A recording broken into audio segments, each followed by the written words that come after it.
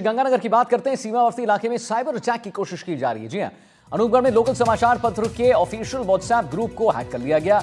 भारत विरोधी और पाकिस्तान जिंदाबाद पोस्ट के बाद हैक का खुलासा हुआ।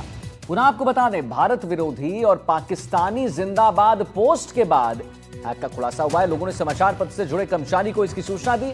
स्थानीय प्रशासन और सुरक्षा एजेंसियां जांच में जुट गई। हैकर ने ग्रुप का नाम बदलकर पाकिस्तान जिंदाबाद भी कर दिया था।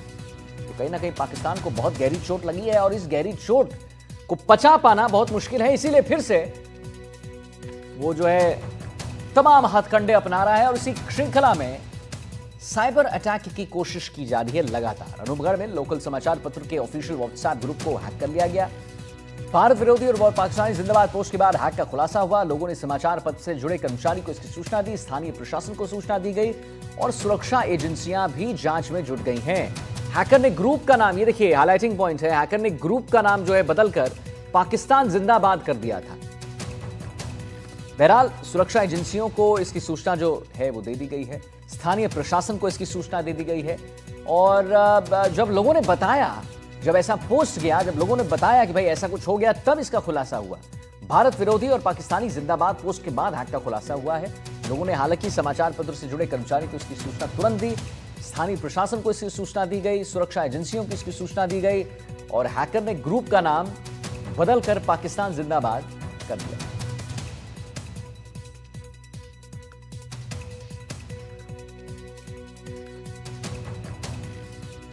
तो पाकिस्तानी जिंदाबाद पोस्ट के बाद हैक का खुलासा हुआ है। लोगों ने समाचार पत्र से जुड़े कर्मचारी को इसकी सूचना दी है और हम आपको बताएं, स्थानीय प्रशासन और सुरक्षा एजेंसियां जांच में जुटी हुई हैं।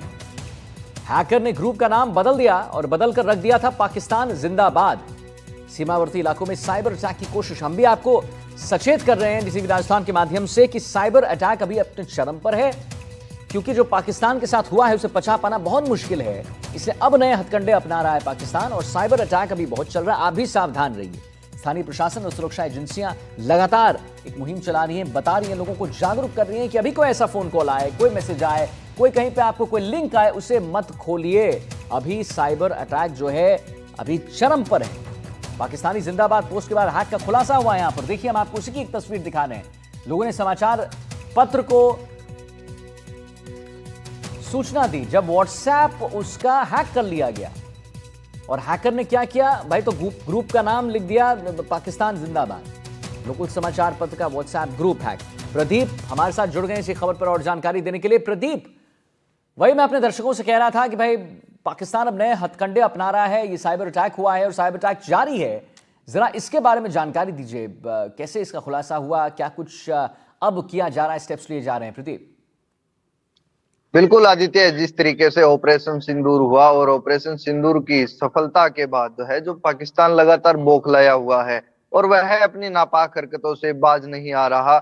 इसी का एक ताजा उदाहरण है, वो देखने को मिला है कि अनूपगढ़ इलाके का, श्री गंगानगर जिले का जो सीमावर्ती इलाका है अनूपगढ़, वहां का एक स्थानीय समाचार पत्र है, उसके ग्रुप को है वो यहाँ पर हैकरों द्वारा हैक कर लिया गया।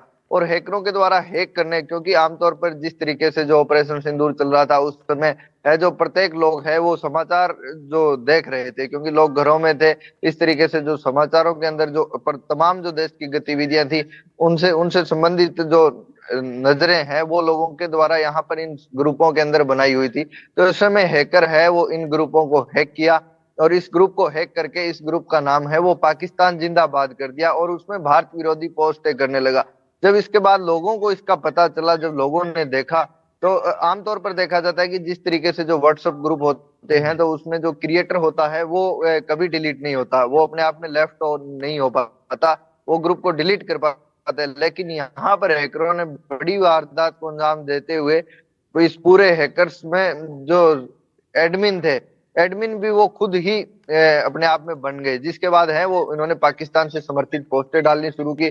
जिसके बाद जो स्थानीय लोगों ने है वो समाचार पत्र के जो मालिक थे उन तक ये बात पहुंचाई। जिसके बाद इन्होंने है वो तमाम सुरक्षा एजेंसी और पुलिस थाने में इसकी रिपोर्ट दी है।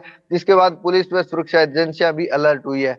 अब है वो इस पूरे मामले की जांच के अंदर जुटा हुआ है। वहीं दूसरी तरफ बात करें पाकिस्तानी नेटवर्क की, तो क्योंकि जिस तरीके से जो जिला कलेक्टर ने है आदेश जारी करके सीमावर्ती इलाकों में पाकिस्तानी सिम के उपयोग पर भी प्रतिबंध लगाया है, क्योंकि यह भी इतना जरूरी है कि जिस तरीके से जो पाकिस्तान है उसने जो अपने इलाके के अंदर जो मोबाइल टावर लगे हुए थे उनका जो नेटवर्क का एरिया है वो कहीं ना कहीं उन्होंने बढ़ाया है। तो ऐसे में जो स्थानीय जो गुप्तचर है, वो जो खुफिया एजेंसियां हैं, उनके पास जिस तरीके से जो भारतीय सिम से पाकिस्तान के अंदर कॉल करते हैं तो उनका डाटा तो कलेक्ट हो जाता है, लेकिन पाकिस्तानी नेटवर्क से पाकिस्तानी सिम में कॉल करें तो वो उसका डेटा है वो यहाँ पर कलेक्ट नहीं हो पाता।